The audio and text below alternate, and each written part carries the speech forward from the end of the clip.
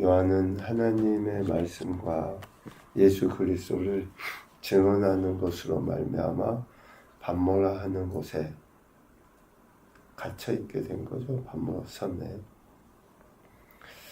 하나님의 말씀 예수 그리스도를 증언하다가 옥에 갇힌 신세가 된 겁니다. 그때에 즉 주의 날 하나님께서 정하신 때에 성령에 감동되어 큰 음성을 듣게 됩니다. 1장 10절. 상상해 볼 수 있죠. 하나님의 말씀을 전하다가 감옥에 갇혔다.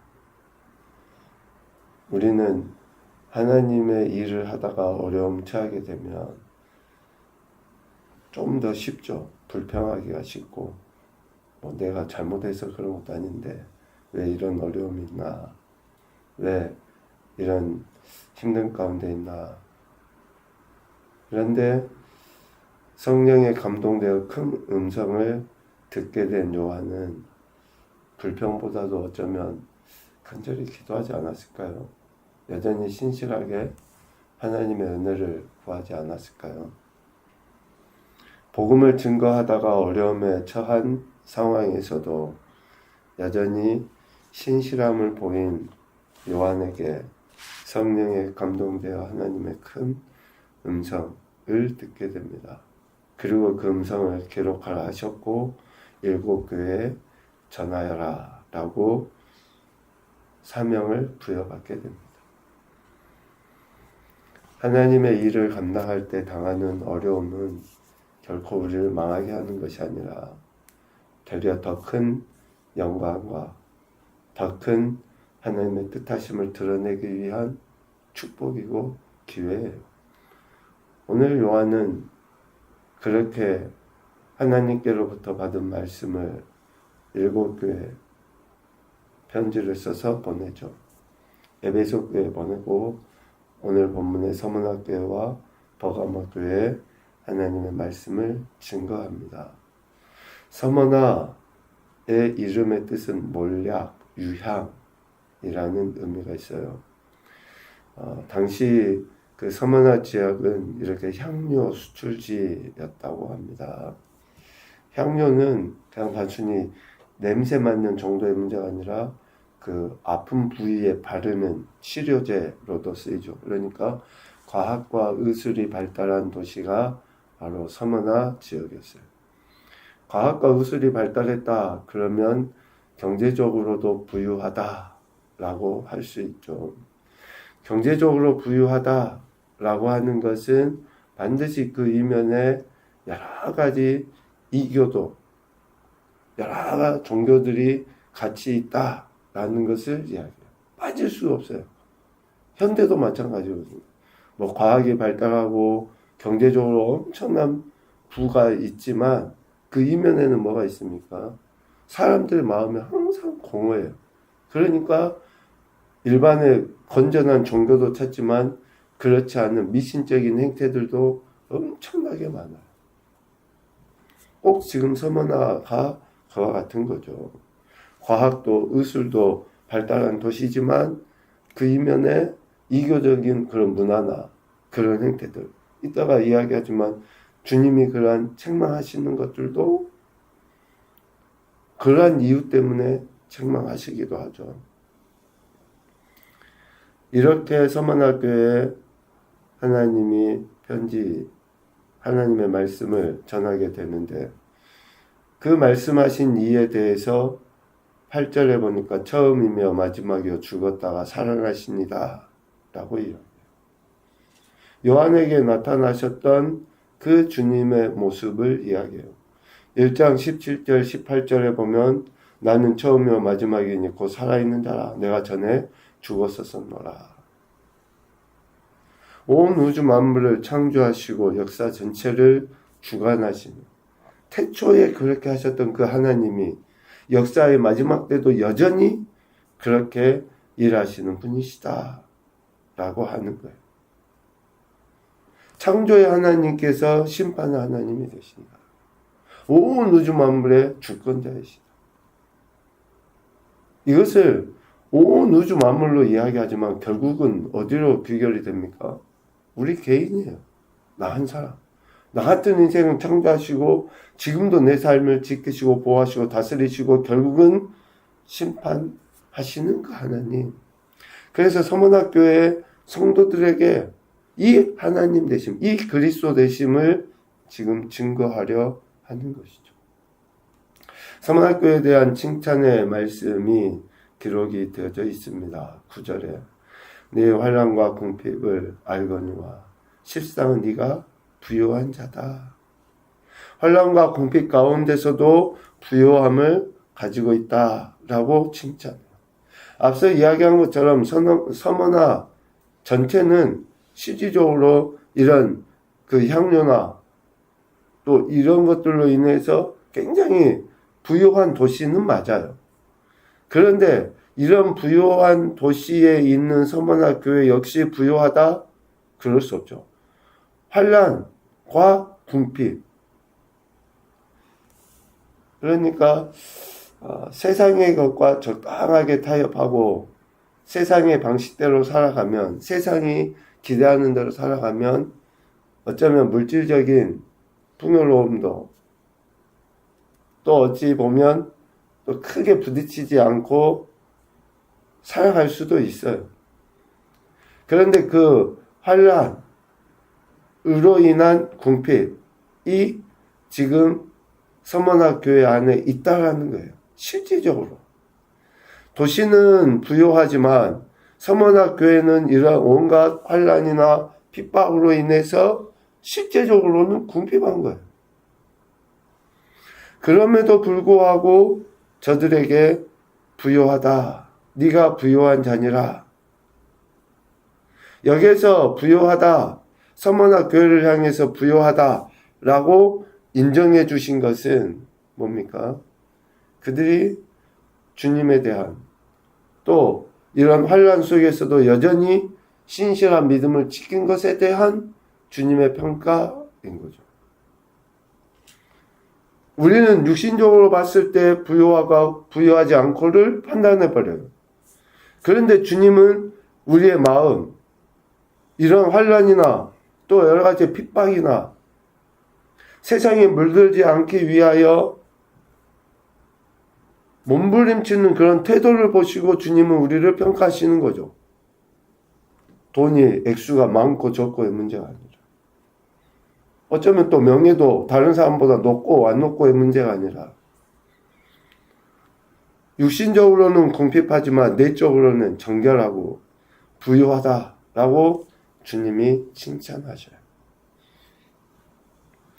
책망할 것이 없는 교회의 모습을 대표적으로 나타내 보이죠. 서문학교에. 경고하십니다. 10일 동안 환난을 받게 될 것이다. 10절에 보면 장차 너희 가운데 몇 사람을 오게 던져 시험을 받게 하리니 너희가 10일 동안 환난을 받으리라. 여기에서 10일은 실질적으로 10일인지 또 십자가 완전하기 때문에 계속 지속적인 환난을 이야기하는지 여러 가지로 행태를 이야기하지만 10일이라고 하는 것을 그냥 짧은 기간으로 주석가들이 대부분 봅니다. 짧은 기간. 그러니까 책망할 것이 없는 서머나 교회에 대해서 하나님이 어쩌면 테스트하시고 또 저들의 믿음을 담금질하실 때에 짧은 기간 동안 이런 환난을 통해 그들의 믿음이 어떠한지 또 이렇게 되기를 주님은 기대하시고 환난을 그러니까 시험을 받게 하시는 거죠. 그래서 10일 동안 이런 환난을 받게 될 것이다. 그러므로 장차 있을 이런 환난, 고난에 대해 두려워하지 말아라 라고 10절 전반부에 이야기하는 거예요. 되려 이런 환난, 시험이 있을 때에 보여야 될 태도, 권면의 말씀이 뭡니까? 10절 하반부에 네가 죽도록 충성하라. 우리는 이러한 구절을 우리 각자에게 주신 사명과 부여해서만 생각하기가 쉬워요. 단어 자체가 그러니까. 충성은 뭐예요? 우리가 해야 될 일에 대한 태도로서의 충성을 이야기하잖아요. 그런데 10절에서 이야기하는 이 충성은 우리가 꼭 해야 할 사역, 일과 연결된 게 아니잖아요. 우리 개개인의 믿음, 즉 예수 그리스도 하나님의 말씀에 대한 태도로서의 자세거든요. 우리가 지금 처한 어떤 상황 속에서도 그리스도인이라고 하는 정체성을 드러내 보이는 태도로서의 충성이에요. 내가 하나님의 자녀고 하나님의 백성이라고 하는 시험이 있고 환난이 있고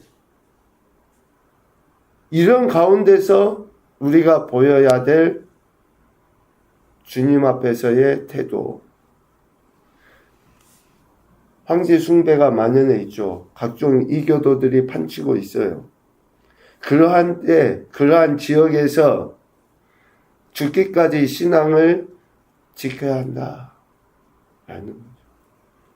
우상 숭배가 만연해 있고, 물질이면 최고이고, 사람 위에 군림하고자 하는 그러한 세태 속에서 충성, 그런 세태 속에서 변하지 아니하는 믿음의 태도들을 보여야 한다.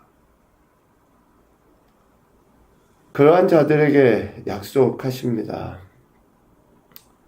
내가 생명의 관을 네게 주리라. 사망의 해를 받지 아니하리라. 면류관이죠. 그러니까 달리기 경주에서 1등한 사람이 받는 그런 관을 얘기해요. 운동 경기는 시작하면 그 결과가 나기까지 하잖아요. 1등이 나타날 때까지. 그러니까 그 끝까지 믿음을 지키는 충성된 태도, 신실함이라고 해요. 충성을. 그 신실함을 보인 자들에게 승리의 관을 주신다. 온갖 핍박 속에서도 신앙의 정절을 지키는 자들. 끝까지 믿음을 지키고 그렇게 하는 자들에게 이러한 상급을 주신다. 서머나 교회에 대한 말씀, 그리고 버가모 교회에 보낸 말씀이 있죠. 버가모 이름의 뜻은 요새라는 뜻이 있어요. 요새. 또 그러니까 에베소 또 서머나 지역이 어쩌면 상업적으로 중요한 요충지인 반면 버가모는 문화적으로 중요한 요충지라고 할 수 있다고 해요.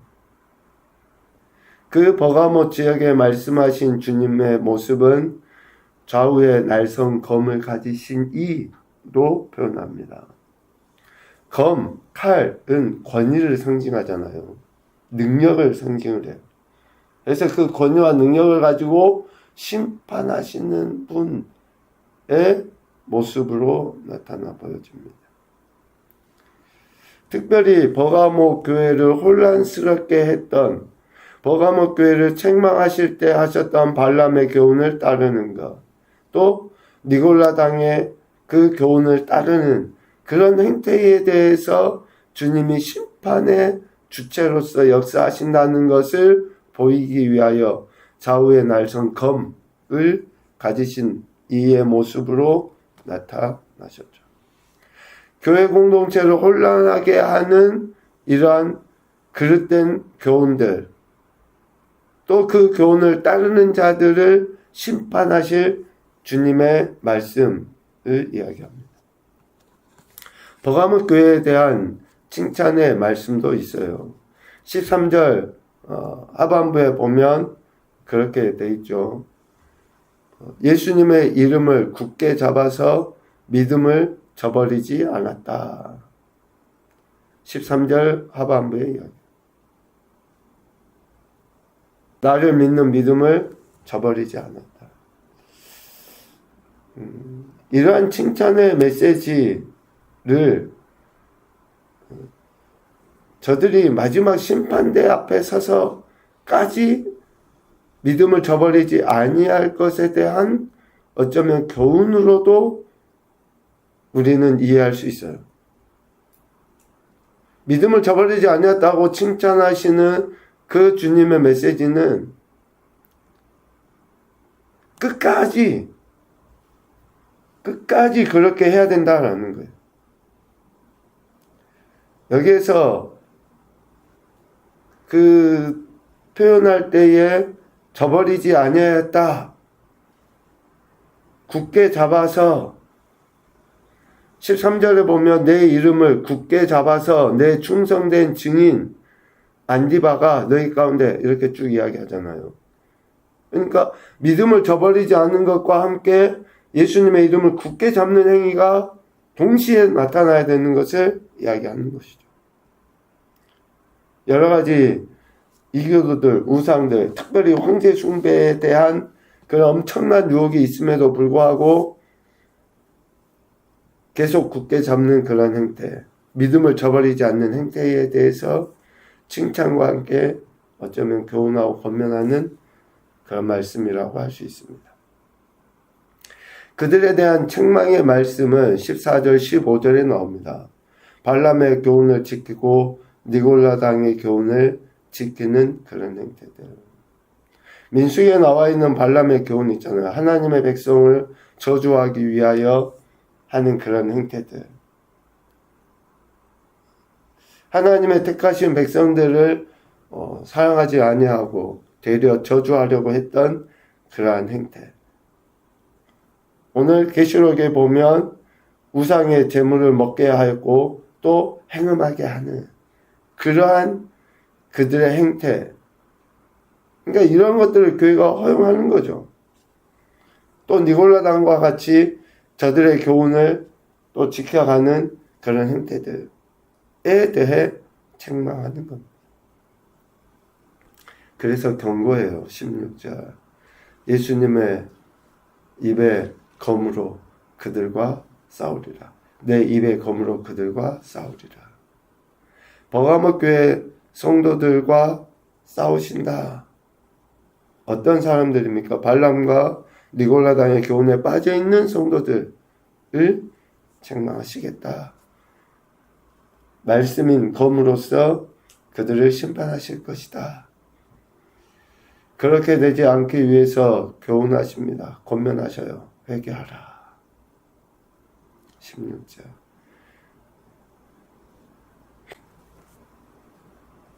여기서 회개하다 라는 그 말은 그리스도에 대한 신앙의 회복을 이야기하죠.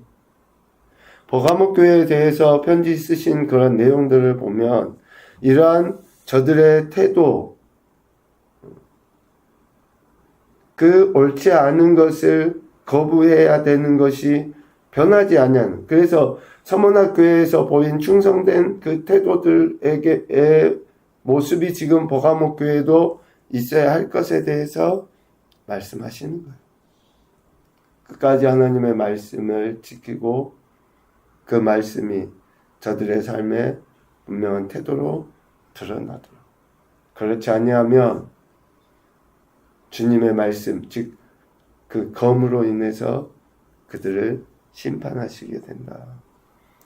회개하고 하나님의 말씀을 끝까지 지켜나가는 자들에게 17절 감추었던 만나와 흰돌을 주시겠다라고 이야기해요. 여기서 감추었다라고 하는 것은 신령한 그런 의미예요. 참된 그런 의미입니다.